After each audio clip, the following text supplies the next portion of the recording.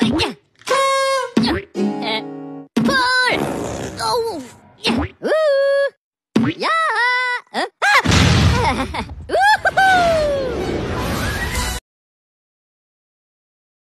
My name is Limar Clarog. My name is Tijimano. My name is Stanley B. Umamba. My name is Steven C. Gaetano.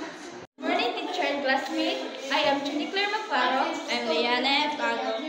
I'm Giselle Eladri. I'm Eugene Deloro. And we are the Group 4. Material handling and storage safety.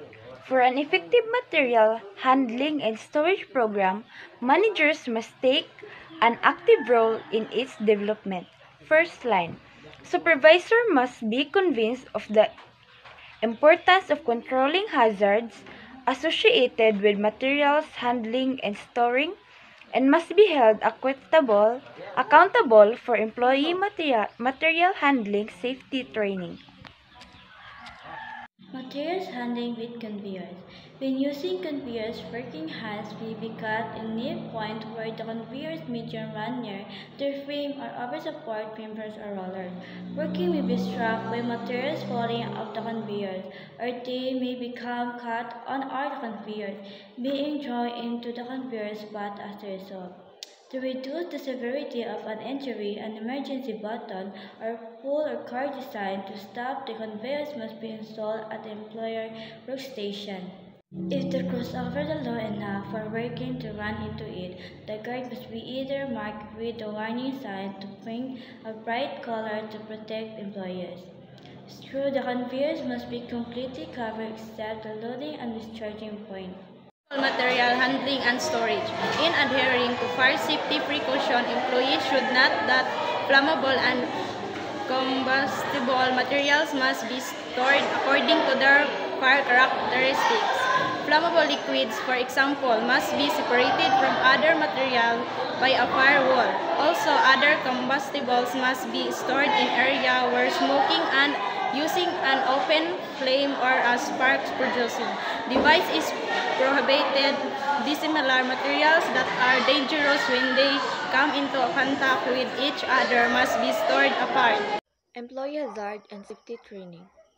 Employee hazard and safety training, a formal training program to allow employees to recognize and avoid materials handling hazard, is recommended. Instruction should be well-versed in matters that pertain to safety, engineering, and materials handling and storing. The content of the training should emphasize those factors that will contribute to reducing workplace hazards, including the following. First, alerting the employee to the danger of lifting without proper training. Second, showing the employee how to avoid unnecessary physical stress and strain. Third, teaching workers to become aware of what they can comfortably handle without undue strain. Showing the employee how to avoid unnecessary physical stress and strain.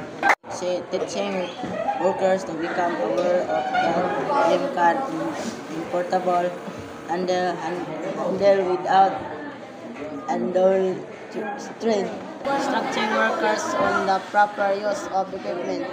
Workers to recognize potential hazard and how to prevent or correct them.